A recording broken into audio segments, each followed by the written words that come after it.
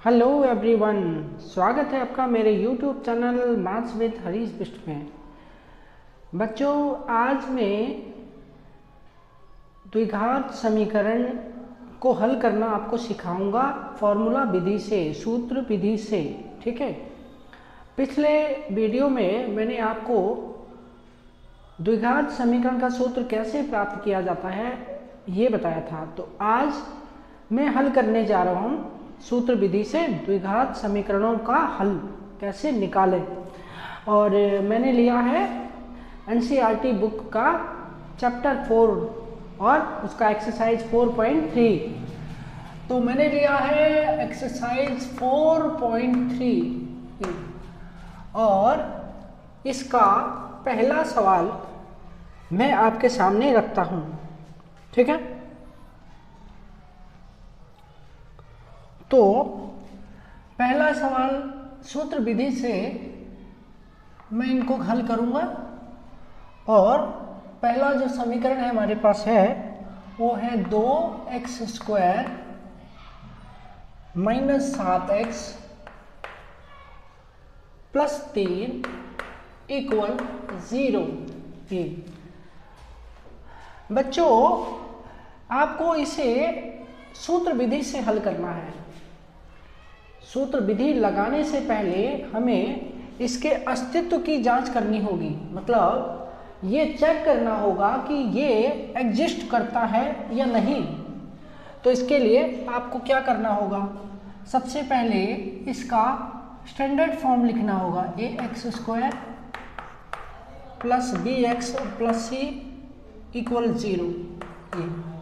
अब a का value है 2, a बराबर 2, b का वैल्यू है -7 और c का वैल्यू है 3 प्लस का।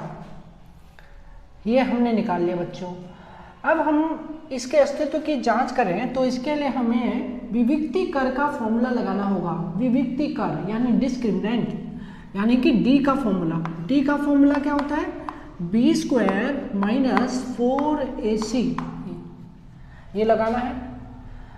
अब इसको हमें इसमें भरते हैं हम वैल्यू, तो हमें b की जगह रखना है -7 का स्क्वायर और -4 × a का वैल्यू है 2 × c का वैल्यू है 3।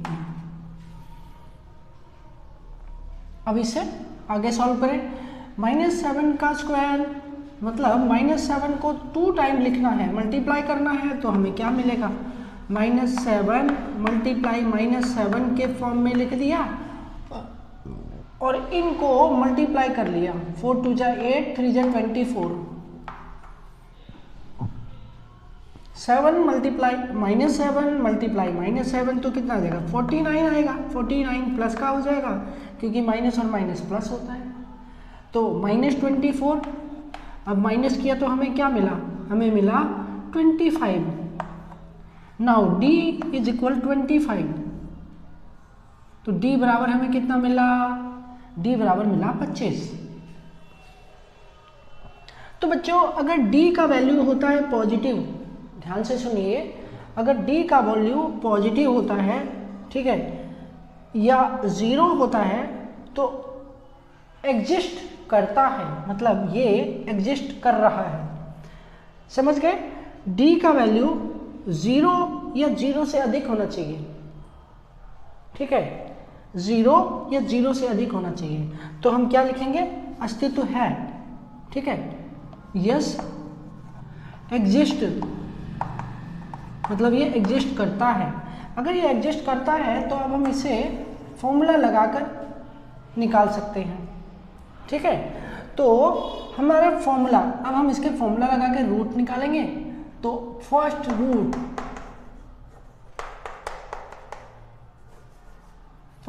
हमारा क्या होगा, फर्स्ट रूट यानी पहला मूल। पहला मूल के लिए सूत्र क्या दिया था मैंने आपको, -b -√b² - 4ac / 2a, ये फॉर्मूला। बच्चों इसकी जगह मैंने आपको ऑप्शन भी दिया था, आप इसकी जगह ये भी यूज़ कर सकते हैं। देखिए फर्स्ट रूट निकालने के लिए ये minus b minus under root t upon 2a। देखिए b square minus 4ac is equal d, इसलिए मैंने इसको हटाया और इसकी जगह d ले लिया। अब आप इसमें वैल्यू भर सकते हैं। देखिए इससे आपका समय बचता है, वो इसलिए क्योंकि हम B square minus 4ac already निकाल चुके हैं, जो कि हमारा कितना आया 25 आया, तो हम यहाँ डायरेक्ट 25 लें, तो इसको दोबारा क्यों लें, तो यूँ ना लें, इससे हमारा समय बचेगा। ठीक है, ओके। अब मैं इसको आगे बढ़ाता हूँ और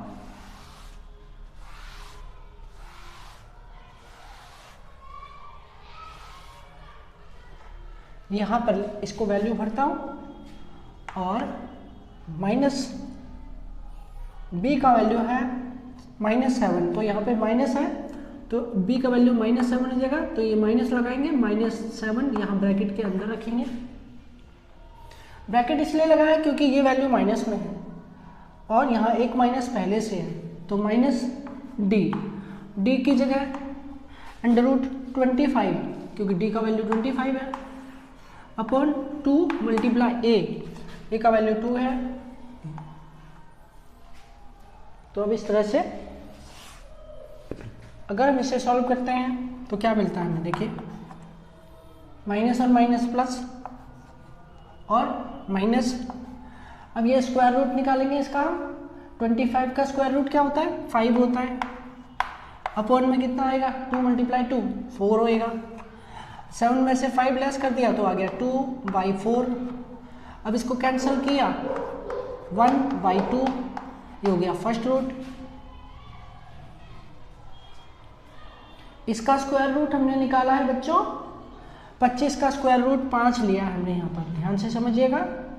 ओके, अब दूसरा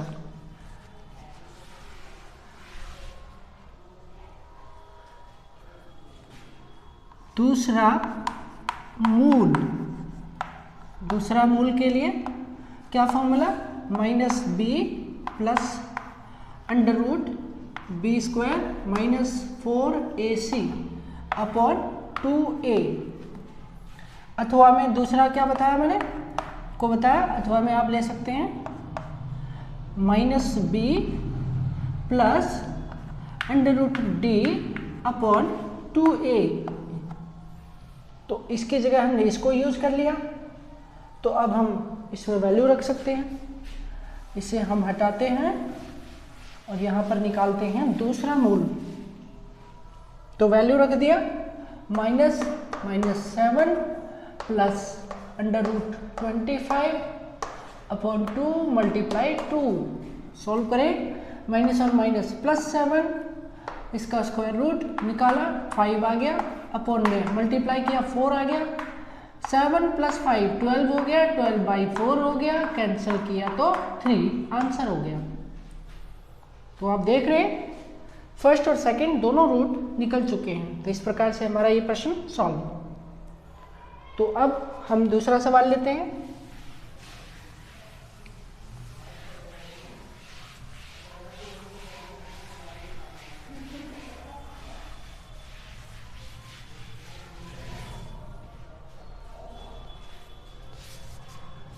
सवाल number 2, 2x² plus x minus 4 = 0। अब हम इसके रूट को चेक करते हैं कि वो रूट एग्जिस्ट करते हैं या नहीं करते हैं। तो हमने ले लिया ax² plus bx plus c = 0, a = 2, b = 1 and c = -4।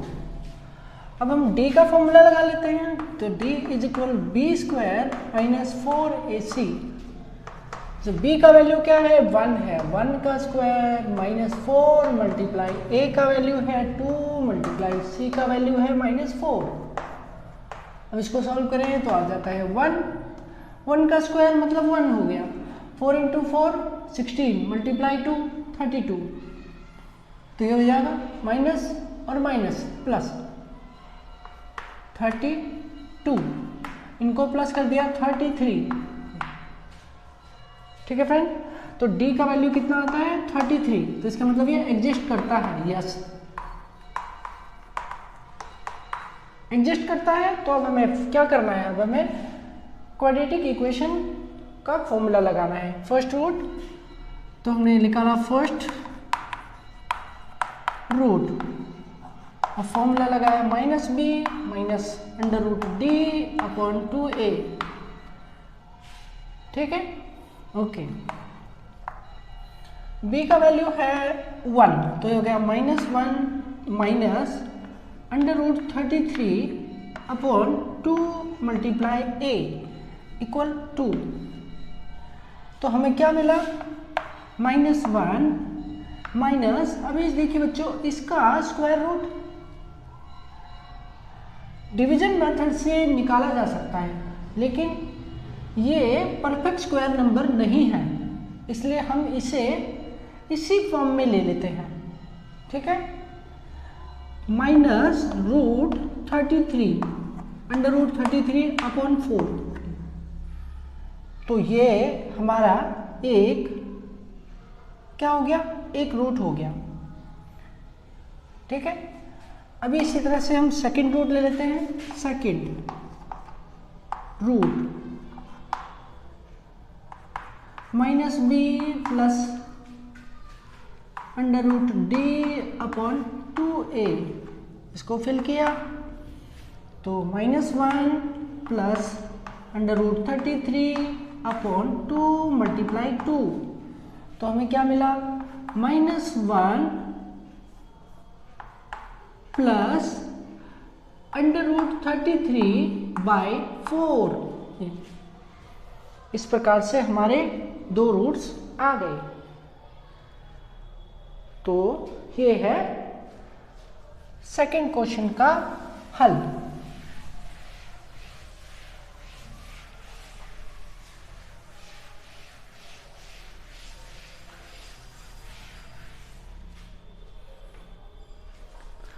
अब लेते हैं हम थर्ड पर क्वेश्चन।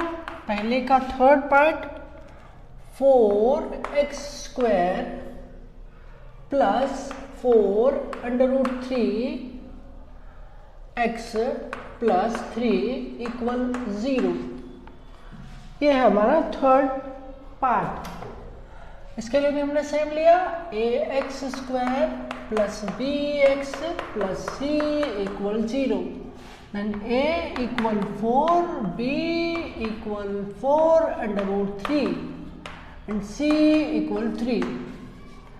चेक करते हैं d के फॉर्मूले से, d is equal b² minus 4ac। b का वैल्यू है 4 अंडर रूट 3 का स्क्वायर माइनस 4 मल्टीप्लाई a का वैल्यू है 4 और c का वैल्यू है 3। अब इसको सॉल्व करें। 4 अंडर रूट 3 को 2 टाइम्स लिखो, इस तरह से मल्टीप्लाई करो 4 अंडर रूट 3 4 अंडर रूट 3 और इनको इंटू कर लो 16 4 इंटू 4 16 मल्टीप्लाई 3 48 माइनस 48। अब इसको सॉल्व करें बच्चों। देखिए ये रेशनल है, तो 4 से 4 को यानी रेशनल से रेशनल को करेंगे तो 16 आ जाएगा, और रूट 3 से रूट 3 को मल्टीप्लाई करेंगे तो 3 आएगा, जैसा कि आप जानते हैं। और रूट 3 मल्टीप्लाई रूट 3 तो रूट 3 का स्क्वायर हो जाएगा, तो इससे रूट कैंसिल हो जाएगा और 3 बचेगा, तो multiply 3 minus 48 as it is ले लिया। 48 माइनस 48 क्या मिला, 0 मिला। ये तो 0 मिला, तो यस एग्जिस्ट करते हैं, अस्तित्व है। अस्तित्व है तो पहला मूल निकालते हैं। फर्स्ट रूट फॉर्मूला क्या था, minus b minus under root d upon 2a लगा दिया। b का वैल्यू क्या है बच्चों, 4 under root 3 minus 4 under root 3 minus d का वैल्यू क्या है 0 अपॉन 2 मल्टीप्लाई a का वैल्यू क्या है 4। अब आप पता है, आपको पता है कि 0 का अंडर रूट क्या होगा, 0 होगा ऑब्वियसली। अब 0 है तो इसमें से 0 माइनस करेंगे तो क्या मिलेगा, 0 मिलेगा। तो हमको क्या मिला, हमको मिला -4 अंडर रूट 3 अपॉन 2 मल्टीप्लाई 4। अब 4 से 4 कैंसिल कर दो तो क्या मिला हमको, फर्स्ट रूट क्या मिला, मिला -√3/2। ये हो गया हमारा फर्स्ट रूट।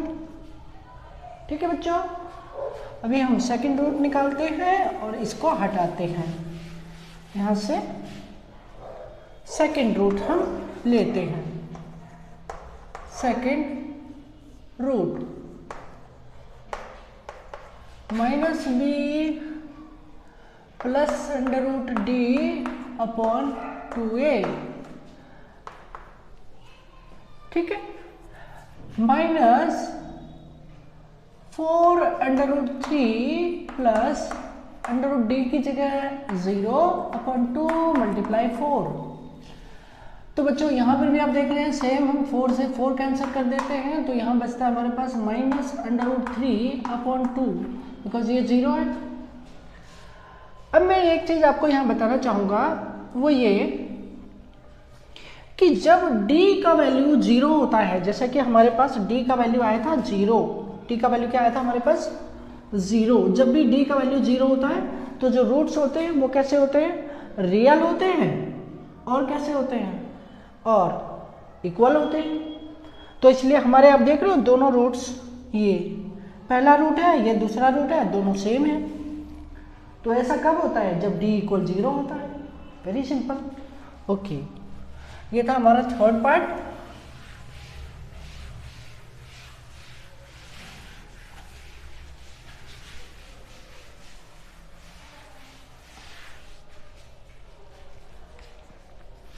अब मैं लेता हूं इसका फोर्थ पार्ट। फोर्थ पार्ट है 2x² plus x plus 4 = 0। Check करते हैं, ax² plus bx plus c = 0। ठीक है, a = 2, b = 1 एंड c = 4।